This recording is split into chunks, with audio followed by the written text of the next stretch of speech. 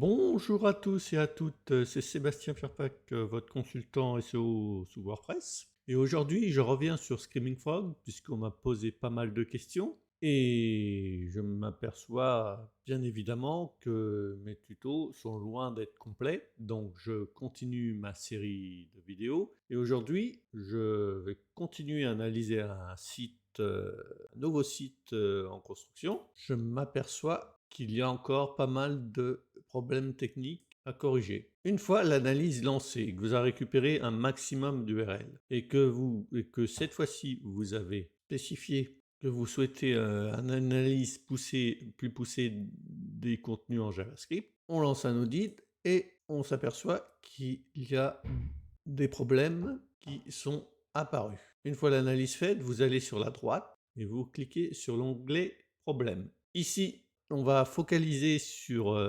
cet onglet pour ce tuto et vous montrer comment les trier par ordre de priorité. Alors, selon un tuto de Screaming Frog, il faut non pas forcément trier par ordre de sévérité, mais plutôt en fonction du nombre d'URL incriminés.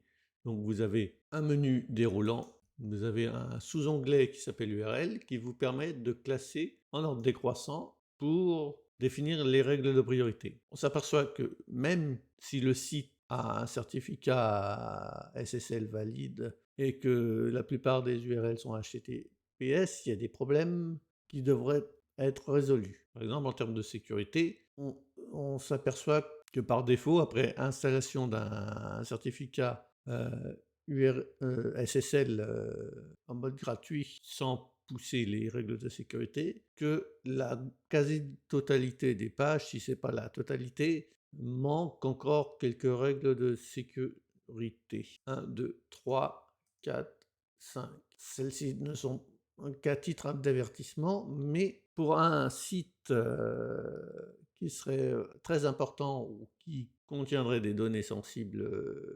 d'utilisateurs, il faudrait renforcer la sécurité des différentes pages. Vous pouvez consulter, pour en savoir plus en matière de sécurité, l'onglet à gauche qui s'intitule Sécurité. On prend par exemple, on retourne sur la vue d'ensemble et on a les différents cas de figure.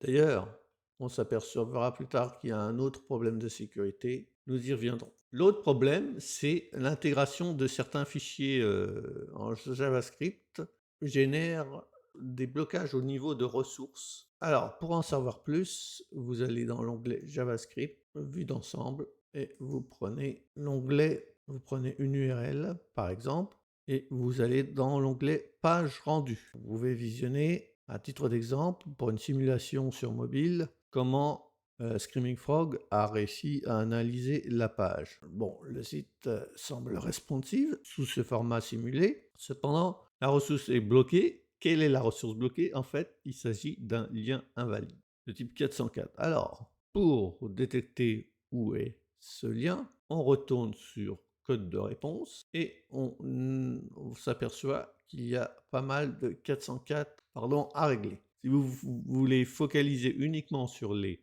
liens internes avant les liens externes, vous allez sur l'onglet interne. Ici, par exemple, vous apercevez qu'il y a des images qui n'existent pas. Puis on pourrait éviter l'underscore dans l'URL. Alors, pour trouver où se trouve cette image, on va dans l'onglet en bas à gauche, lien entrant. On va sélectionner l'URL incriminée avant de choisir lien entrant. Voilà, et on s'aperçoit que cette image se retrouve sur quelques dizaines de pages. C'est dommage. Ça va être difficile de déterminer où se trouve exactement la 404 si on ne va pas regarder sur la page ou dans le code que le texte d'ancrage, que ce soit dans un texte ou une image, on n'a pas de données. L'encre semble vide. Donc, si on ne le voit pas de manière visuelle, il va falloir inspecter de manière approfondie le code. Retournons au niveau des problèmes. En ce qui concerne les problèmes, nous avons en termes de gravité prioritaire, et en fonction du nombre d'URL que l'on a sélectionné, nous avons du contenu mixte. Le contenu mixte, en fait, ce sont des pages internes en HTTP sur un site HTTPS. Il ne devrait plus y en avoir. Alors, le contenu mixte, pour le localiser, on a dans un premier temps toutes les pages qui sont incriminées, 62 pages, et on va sur la partie interne et on classe dans l'ordre alphabétique les URL. On s'aperçoit effectivement qu'il y a des liens en HTTP.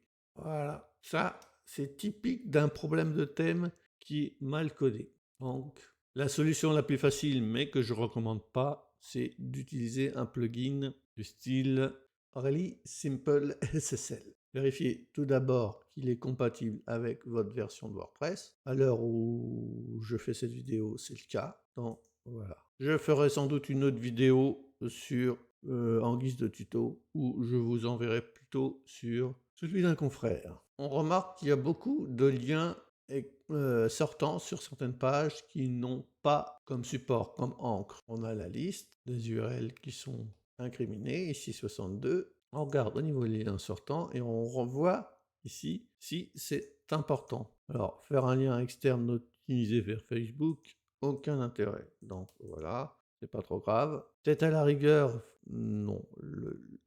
Là, ici. Voilà, regarde. Il y a des liens sortants de la page d'accueil avec des encres vides vers des articles. Sans doute dommage. À voir si on peut optimiser sans coder. On passe au suivant. Page contenant des erreurs JavaScript. Alors pour les détecter, on va dans l'onglet Journal de la console Chrome. On prend l'URL qui nous concerne et on s'aperçoit que c'est toujours une histoire d'erreur de JavaScript qui pointe vers une erreur 404 dans notre cas. Attention, au niveau de sécurité, certains développeurs, pour optimiser le code, ont tendance à utiliser des URL relatifs, c'est-à-dire sans le nom de domaine et sans le protocole HTTPS. Ça peut poser des soucis en matière de sécurité. Je vous invite à lire ce que Screaming Frog en dit pour cela. Et qu'est-ce qu'il propose de corriger? Pour ça, il suggère de mettre tous les liens vers des ressources qu'ils soient des liens absolus et non relatifs. Et ici, dans notre cas, ce serait en HTTPS. En matière de données structurées, moi, j'utilise le testeur officiel de Google en matière de données structurées pour confirmer les éventuelles erreurs. Des fois, on s'aperçoit qu'il y a des faux positifs. Cependant, ça peut, en termes d'avertissement, on peut aussi avoir des opportunités d'amélioration en termes d'enrichissement de données structurées, que l'outil officiel ne propose pas forcément. Je vous donnerai le lien officiel pour le testeur de données structurées. On s'aperçoit ici, comme dans la dernière vidéo, il y a toujours un souci en termes de H2 manquant, mais je l'ai expliqué dans ma dernière vidéo. Donc, pour conclure, on retrouve toujours les mêmes erreurs que la dernière fois. Cependant, comme j'ai activé l'onglet JavaScript, ça m'a permis d'avoir plus de remontées d'URL analysées, et on s'aperçoit qu'au niveau interne, il y a des 404 qui sont plus ou moins bien cachés dans le code, si j'active pas la fonction JavaScript. Voici l'ensemble des URL. Donc, en conclusion, comme je disais, il faut classer par ordre de décroissant d'URL pour prioriser les axes d'amélioration en termes d'audit. Si vous avez aimé cette vidéo, je vous dis, n'hésitez pas à me le faire savoir en likant la vidéo, en commentant si vous avez des questions sur Screaming Frog, n'hésitez pas à me le faire savoir. Si vous avez des questions dans notre domaine, n'hésitez pas aussi. Pour cela, je vous invite à poser les questions qui ne concernent pas Screaming Frog sur d'autres vidéos concernant le SEO ou le domaine de l'intelligence artificielle. Je prendrai plaisir à répondre à vos questions. Et surtout, n'oubliez pas de vous abonner si ce n'est pas déjà fait. Je vous dis bye bye pour une prochaine vidéo.